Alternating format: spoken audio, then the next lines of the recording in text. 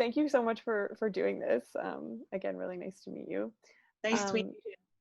To start off, do you want to just tell us a little bit about yourself and your work, just as an intro? Yeah, for sure. My name is Stephanie Pangowish. I'm originally from Wikwemkong on Manitoulin Island. That's where my mother's from. My father's from Scummock, which is about an hour and a half northwest of there. I grew up in both the communities and kind of moved around Sudbury and Sault Ste. Marie, and now I reside here in Toronto with my two children. I started doing stand-up comedy around 2015, I think was my first time on stage. But it's been something that I've always wanted to do. I've since then I've been, learning about my voice and my perspective on life, and I've been performing around First Nation communities and urban Indigenous communities. And I'm currently a master's student at York University, doing my master's in education, and facilitating beading workshops and include a little bit of humor in there. But my main focus is to always kind of bridge the gap between, Canadians and Indigenous people, kind of share a platform for them to learn while also making it funny. Mm-hmm. Yeah, that's awesome. I was going to ask you because I noticed I find a lot of the artists I talk to have so many different things going on. It's very impressive how you balance all of it. But yeah, you have obviously your comedy, and then your beading, and you're also a powwow dancer, I think. Yeah. So there's like so much, and you do workshops. So how does that all kind of fit together? I'm just basically a super Indian. Fair. Anything that's out there to do with being an Indian, that's me. How do you balance all those different things, like in terms of your time and just like what you're focusing on? Well, right now, powwows are canceled due to COVID. Yeah. So my weekends are open to writing, focusing on school, and I guess working with other artists and community members to come up with some online ways of community engagement. So whether it's through beading or comedy or just storytelling in general. Yeah, that's awesome. I think that's really important always, but especially now. Yeah. And yeah, I guess it kind of gives me a little bit of a break too, because I started emceeing powwows too, which wow. which is mostly mostly men have been doing that work for many years. And yeah, I think about last year or 2 years ago, I started getting into the powwow trail as a female powwow MC and sharing a female perspective on powwows. Yeah, that's great. I'd love to hear that. You said you're doing your master's in education. What's kind of your focus in your master's? Definitely humor, Indigenous humor. and ironically, like when I started doing research, I couldn't really find too many articles on specifically Indigenous humor, but I'm slowly starting to gather resources. Like there's books out there, there's like small articles from other writers when it comes to talking about Indigenous humor. So that's basically my focus. I'm going to stick with that and learn as much as I can while I'm doing my master's. Mm-hmm. Yeah, I'm surprised there's not more out there on that. That's glad you're doing that work. Yeah, it's quite funny. Like the more that I think about it, the more I think like Canadians they're not exposed to Indigenous humor, from what they see. It's all seriousness and blockades and talking about treaties and things like that. And those are the same things that Indigenous comedians talk about, but just from a humorous perspective. Mm-hmm. Yeah, speaking of which, I recently interviewed DB McLeod, who mentioned you in her interview. Yeah. because you're both in Manifest Destiny's Child. Yeah. And I think you were one of the co-founders. So how did that come about? So I was working at a provincial Indigenous organization, and one of the program directors was talking about how her husband had bought her these tickets to do this comedy program called Comedy Girl. So it was just for a place for women to come and learn how to do stand-up comedy. And when she completed that program, she said to the teacher, wouldn't it be great if there was a program like this just for Indigenous women? Like, would you offer that? And the teacher said, yeah. Her name was Dawn Whitwell. And she said, yeah, if you can gather enough Indigenous women, I will offer the program. So she announced that at a staff meeting, and I just got super excited. Once the meeting was done, I jumped up and I ran to her and I was like, I really want to do this. This is such a great opportunity. And then she goes, okay, well, I need help finding more Indigenous women. And she goes, you know a lot of people in Toronto, can you do some, scouting? Yeah. So I went out and, posted all over social media, started talking to people. And we ended up finding enough Indigenous women to have the class. So we did the first, I think it was 6 weeks, and then we did our first performance, and then we did the second level together.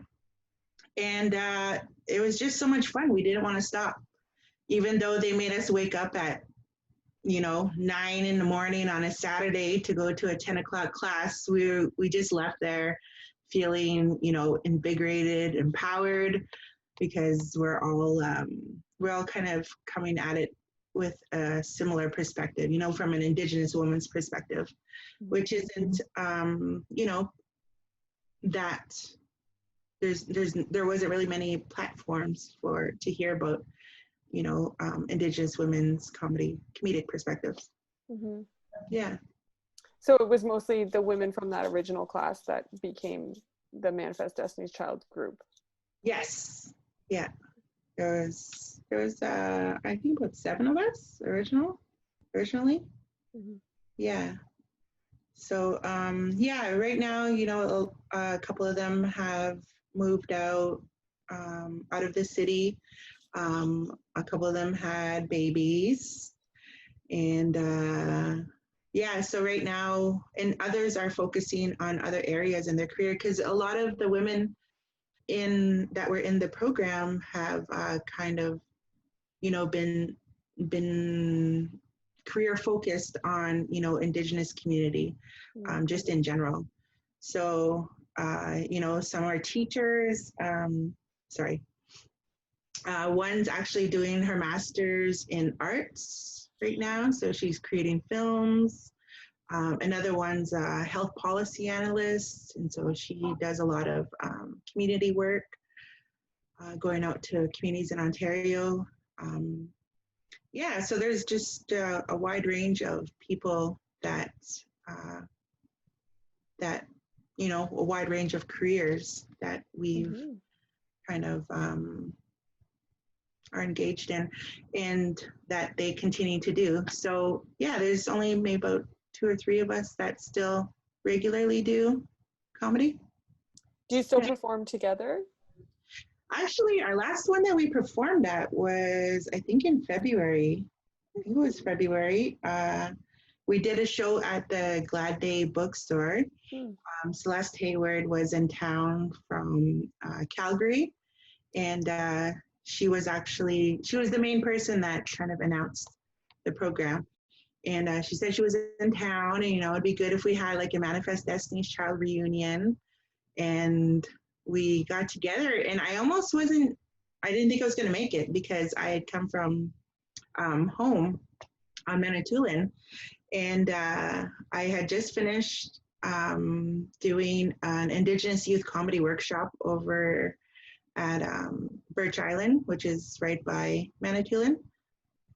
So I was there for a week, did some workshops with them, some beading workshops and comedy workshops. And then we had the grade fives and sixes do a comedy show at the end of the week, which was That's really awesome. yeah. So I was done there, I don't know, probably like 1 p.m., maybe noon. I can't remember. It was quite like later in the day. And then I looked at the time and I was like, oh my God, there's a show tonight. I wonder if I can make it. So I started driving, and I literally came and pulled up the Glad Day 10 minutes before the show even Wow. started. So I made it and we had our official reunion show, which That's was, awesome. it was amazing. Yeah, we had it on Facebook Live and it was fun. It was really great vibes and it was nice to get back together with the ladies. Yeah, that's awesome. So that was in February. Obviously, things quickly changed after that. um, you were talking before we started recording about some workshops that you're doing now online. So what's your day-to-day looking like right now? I'm actually been, working with some community organizations to facilitate some beading workshops. I'm working with Humber College to have, different styles of earrings that we're making together. So I'm one of the co-facilitators, and we're going to be working together for about, I think, 10 weeks to create different earrings. And so it's a space for Indigenous women who are students or alumni uh, from Humber College to participate. So we get to sit there and bead and share a little bit of our knowledge on beading. And then there's all kinds of other like natural things that happen, sharing of how to grow different plants or sharing of how to grow different medicines or stories that, people share about their family's history. And so we get to learn a lot from each other rather than just learning about beading. It's we call it tea and bead. That's So awesome. yeah. So we get to sit there for a couple hours on Tuesday evenings and do some beading and visit with each other, especially during these times. It's hard to find that social avenue for to be amongst the community. And I started doing some workshops. Actually, this evening will be the first one. I'll be working with Two Spirit of the First Nation. We'll be doing some pop sockets, so beaded pop sockets. Cool. We're going to be making this evening, and then we're going to finish it up next week. And then through Humber, we're also going to be doing a web series. So me and fellow Anishinaabe comedian Ryan McMahon will be talking about, self-care through comedic perspective again. It's going to be fun and engaging. We're going to be talking to the audience. It's going to be live. So we have a show coming up this Friday at 7 p.m. Eastern. And we're going to be having one every month for the next 3 months. So we're going to have 4 shows. And so we'll be talking about culture, we'll be talking about land and water responsibilities. We're going to be talking about, health and wellness. We're going to be sharing some tips.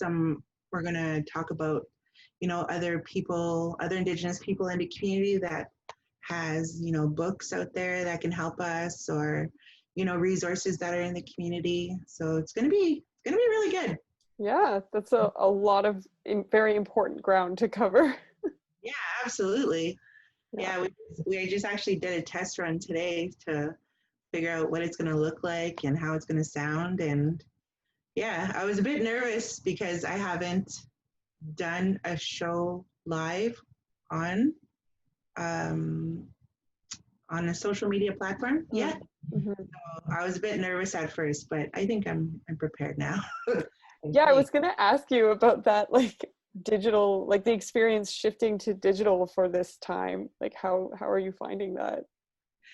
It's going to be quite interesting because as a comedian, when you're on stage, you kind of feed back and forth Yeah. the energy, right? So I guess through the engagement of people typing and, kind of having a co-host, you get to kind of feed each other the energy.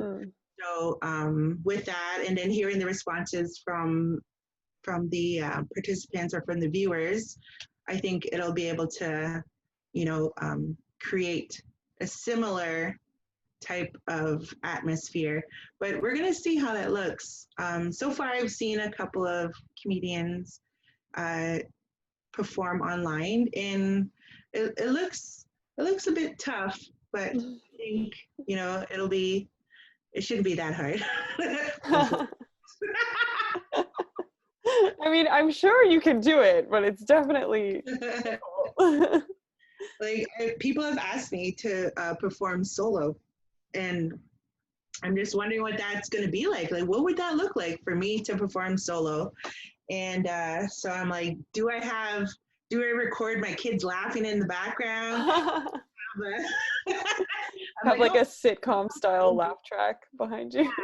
Yeah, exactly. And then in the background, just like, yeah. Because it's really difficult. It's not the same experience. Like we're all having to make do with digital, but it's not the same. No, it isn't. It isn't. Physical contact is, or physical surroundings. Not quite contact. At least being in the same room. Yeah, exactly. Well, I hope we can get back there eventually. Yes, me too. I had quite a few opportunities lined up before everything started, and slowly but surely they started getting canceled. Like all my gigs, I was like, no, and I was kind of scary there for a moment. So I'm like, oh my gosh, how am I going to pay for this? And so I started beating, and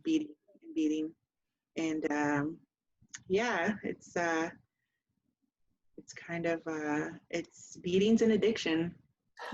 Sit there. I'll sit there for days and create, but I have to also remember that I have to shower and stuff. Well, it's good that you have sort of several creative avenues, and one of them is not impacted by the social distancing. But yeah, I'm quite fortunate. I really love everything I do. I have to say I'm quite blessed with enjoying, everything that I do right now when it comes to school. The things that I read, it's all about Indigenous, literature, Indigenous culture, resurgence. Everywhere I go, I, pick up things to talk about for comedy, whether it's powwows or even in class, we talk about all kinds of crazy things. So I'm quite, and I get to be inspired by a lot of other Indigenous people, so I'm pretty blessed. I'm happy with the way things are going. That's great. I know it is obviously a very difficult time for everyone, and especially artists. So, Yeah, for sure. But I'm glad that there's still things going on, which is great. Yeah, just not as open, I guess. I was going to ask, you mentioned picking up content and ideas wherever you go, and I noticed when I was preparing for this that you do talk in your comedy a lot about powwows. Do you think why do you think there's such a good mind for your comedy? Because I don't know, I just think that there's such a great energy that happens at powwows, and that needs to be shared. There's so many, interesting relationships that happen. There's so much laughter and love that happens on the powwow trail. And, being able to share that on stage with other powwow people, because we all kind of share the similar experience. And even observers, they can kind of gain an insight on what it's like to be a powwow person. to be on the trail and traveling and dancing, you know, what's that like, and what's it like to be a singer. So yeah, I feel like it's also a place that not a lot of other Indigenous comedians have explored as much. So I think it's definitely one of the places that I like to, you know, create jokes about. Mm-hmm. Yeah, it seems like there's a lot there, so that's great. Oh yeah, and there's a lot that I can't say on here. Well, people will just have to go watch your comedy, which actually I was going to say, speaking of which, where can people find you and like support your work right now? Right now I'm on social media. Actually, I just got a Facebook ban on my original page. Oh no, why? I share a lot of interesting memes. And oh wow. actually, some of my comedy too talks about, you know, sexuality and I'm trying to create a platform for Indigenous people to be able to start having those conversations, you know, with each other, or having a healthy, you know, love with oneself. Yeah. I think like talking about sexuality in comedy totally makes sense. So it's very unfortunate that Facebook would ban you for that. So I get like, even people that I know in the community will have these crazy memes and they'll send them to me. Right. And I basically share them, and sometimes I get reported. Oh man, that's frustrating. So it's on Facebook right now. So Instagram right now, is that the best? No, so I am on Facebook, but just so my original Facebook name is Stephanie Pangowish, so my full name. Right. My Facebook profile for the next 30 days is just Steph Pangowish. Got it. But I also have my own page for the comedy, which is just my full name. Stephanie Pangowish is the business page. And then if anybody is interested in the beading that I do have a beading page called Beadon Bling. So it's BADOON BLING. So Beadon in Ojibwe means bring that over here. Right. So, I saw that on your website and I thought that was a great name. Yeah, and so you can also find me on Instagram under Pangowish Comedy. So my last name with comedy, and then the same name for beading, Beadon Bling. Right. Yeah. Are you selling your beaded jewelry and stuff right now? Yes. So I'm actually just, let me show you something here. Yeah.